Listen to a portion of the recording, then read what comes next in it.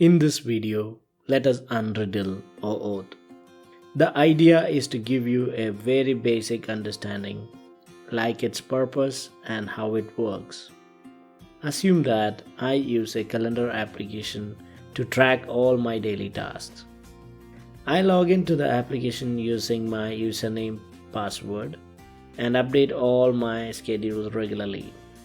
Recently, I came across a new fitness application. One of its features is that it can provide workout recommendations.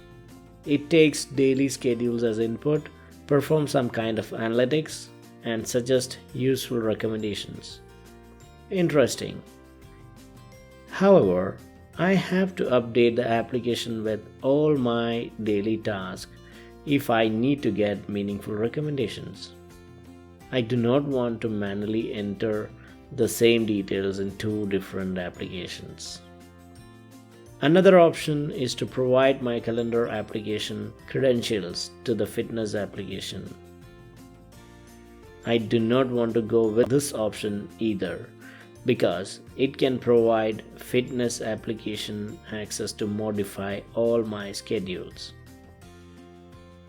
All I want to do is to provide fitness application read access to my calendar so that it can get all my daily tasks and provide me recommendations.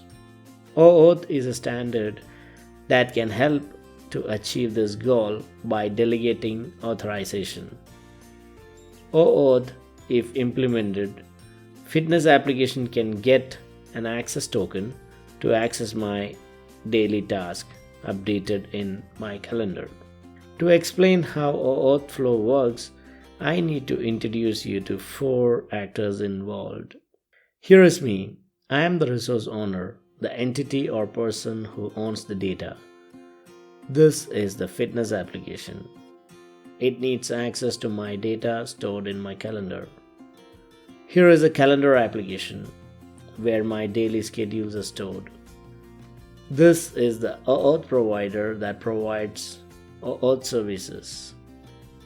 I will try to explain the whole process in few high-level steps so that we can get a better understanding of how OAuth helps to achieve the goal.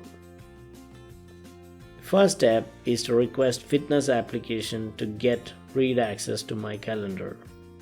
The fitness application will then send a request to get authorization code. Before providing code, OAuth provider has to authenticate me. How will it know about me? Good question. I need to have a user profile created with OAuth provider for this to work. I need to prove who I am by providing my username and password. Once authentication is successful, it will ask my consent to provide fitness application read access to my calendar. After getting my consent, authorization code will be sent to fitness application.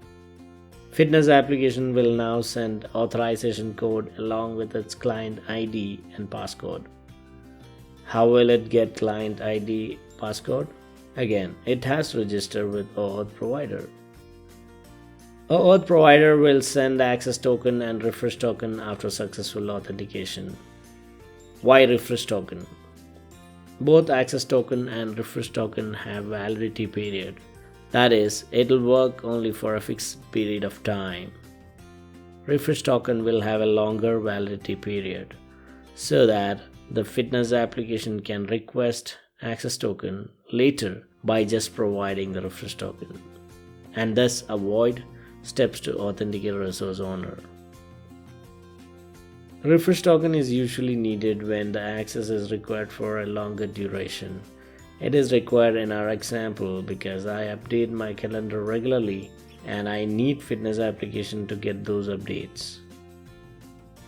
Now fitness application can send access token to my calendar to get read access. My calendar will validate the token with OAuth provider and then provide required access.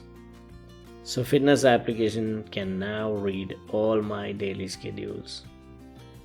I hope you understood the basic purpose of OAuth and how it works.